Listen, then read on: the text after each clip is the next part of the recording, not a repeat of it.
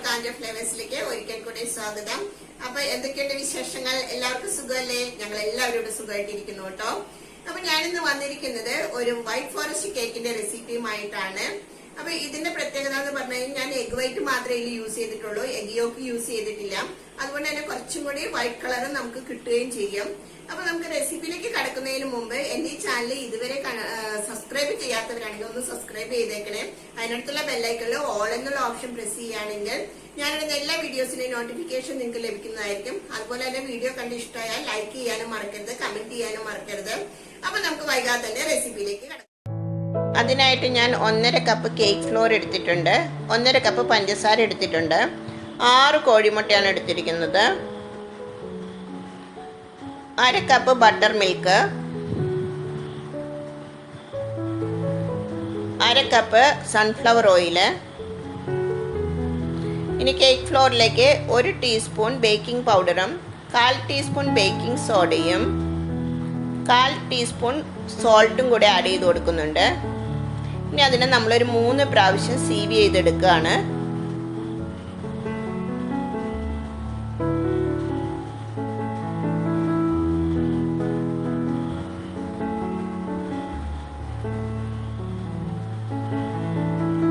പ്രാവശ്യം സീവ് ചെയ്യുമ്പോൾ നല്ല സോഫ്റ്റ് ആകും കേക്ക്. ഇനി നമ്മൾ അതിനെ മാറ്റി വെച്ച് ഇനി എഗ് വൈറ്റ് നമ്മൾ റെഡിയാക്കുകയാണ്. എഗ് വൈറ്റ് മാത്രം നമ്മൾ യൂസ് ചെയ്യുള്ളൂ, യോക്ക് നമ്മൾ വേറെ മാറ്റി വെക്കും.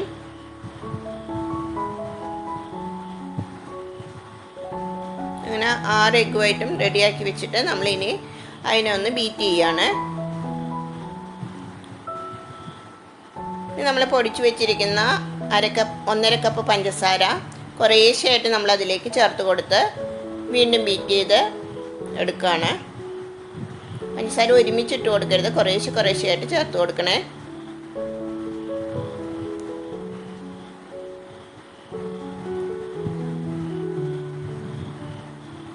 ഇപ്പം നല്ല ക്രീമി ആയിട്ട് വന്നു തുടങ്ങിയിട്ടുണ്ട്. പഞ്ചസാര മുഴുവനായിട്ട് ഇട്ട് കൊടുത്തു കഴിഞ്ഞു. ഇനി അതിന് നമ്മൾ നന്നായി ഒന്ന് ബീറ്റ് ചെയ്ത് കഴിഞ്ഞാൽ നല്ല സ്മൂത്തായിട്ട് ഒരു പേസ്റ്റ് പോലെ വരും.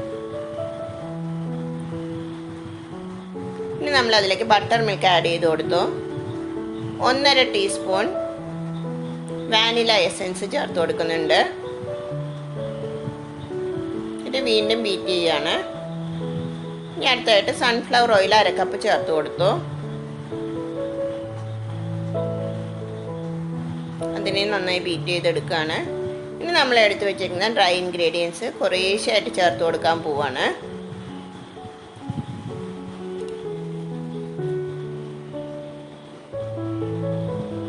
ഒന്ന് ഫോൾഡ് ചെയ്ത് നന്നായി ഒന്ന് റെഡിയാക്കി എടുക്കണം. അപ്പോൾ ഈ സമയം കൊണ്ട് നമ്മളൊരു ലിഡ് ഗ്യാസ് സ്റ്റവിൻ്റെ മുകളിൽ വെച്ച് നമ്മളിതിനെ ഒന്ന് പ്രീ ഹീറ്റ് ചെയ്യാൻ വെക്കുന്നുണ്ട്. അതുപോലെ തന്നെ ഞാനൊരു ബിരിയാണി പോട്ടിലാണ് കേട്ടോ ഈ കേക്ക് ഉണ്ടാക്കുന്നത്, ബേക്ക് ചെയ്യാൻ പോകുന്നത്.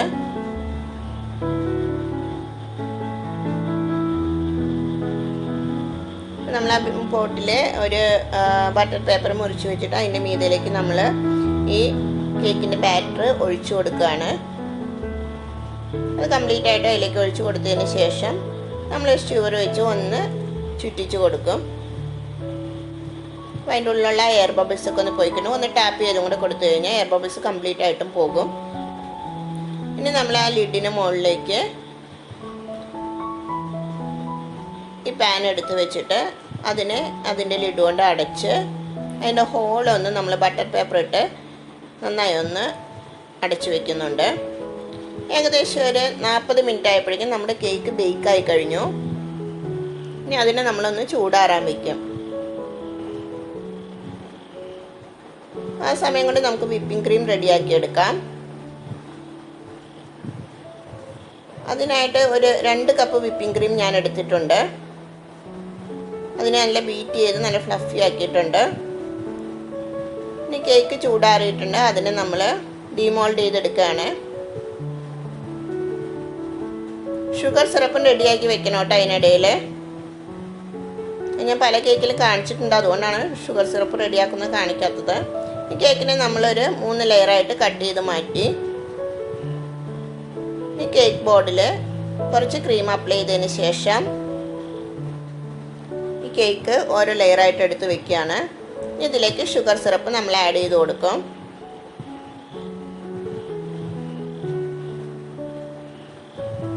ഇനി അതിൻ്റെ മീതിലേക്ക് നമ്മൾ വിപ്പിംഗ് ക്രീം ഇട്ട് കൊടുക്കുകയാണ്. അതിനൊന്ന് ലെവൽ ചെയ്തതിന് ശേഷം അടുത്ത ലെയർ നമ്മൾ വെക്കും.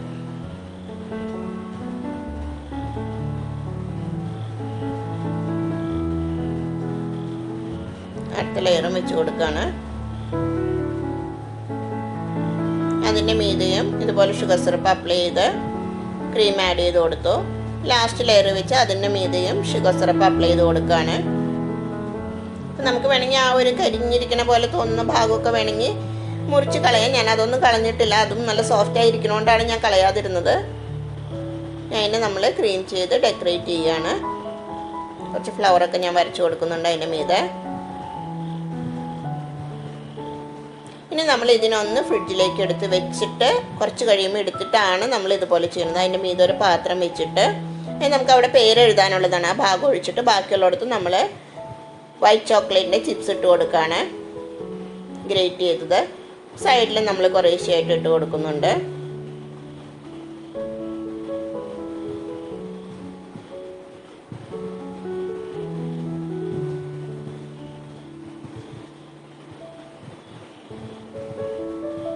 നമ്മളതിൻ്റെ അടിവശത്തും ഒന്ന് ഡെക്കറേറ്റ് ചെയ്ത് കൊടുക്കുന്നുണ്ട്, ഒന്ന് ഡിസൈൻ ചെയ്യുന്നുണ്ട്. അതൊക്കെ നമ്മുടെ ഇഷ്ടമാണ് ഡിസൈൻ ചെയ്യണത്.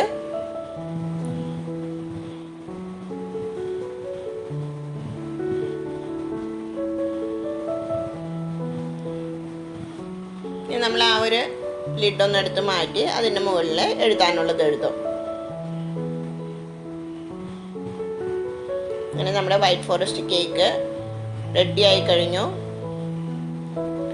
അപ്പോൾ എല്ലാവരും ട്രൈ ചെയ്ത് നോക്കുക. നിങ്ങളുടെ ഫ്രണ്ട്സിനൊക്കെ ഷെയർ ചെയ്ത് കൊടുക്കുക. ആദ്യമായിട്ട് കാണുന്നവരാണെങ്കിൽ ഈ ചാനലൊന്ന് സബ്സ്ക്രൈബ് ചെയ്തേക്കണേ. എത്ര നല്ല ജ്യൂസി ആയിട്ട് നല്ല ടേസ്റ്റി ആയിട്ടുള്ള കേക്കാണ്. നല്ല സൂപ്പറായിട്ട് വൈറ്റ് ഫോറസ്റ്റ് കേക്ക് നമുക്ക് കിട്ടിയിട്ടുണ്ട്. അപ്പോൾ എല്ലാവരും ഈ റെസിപ്പി ഒന്ന് ട്രൈ ചെയ്ത് നോക്കുക. എല്ലാവർക്കും ഇഷ്ടമാകും. നല്ല സോഫ്റ്റാണ്. കുറച്ചുകൂടെ വൈറ്റായിട്ട് ഇരിക്കും ഉള്ളൊക്കെ. നമ്മൾ എഗ് വൈറ്റ് മാത്രം യൂസ് ചെയ്യണോണ്ട് കുറച്ചുകൂടെ വൈറ്റിഷ് ആയിട്ടിരിക്കും.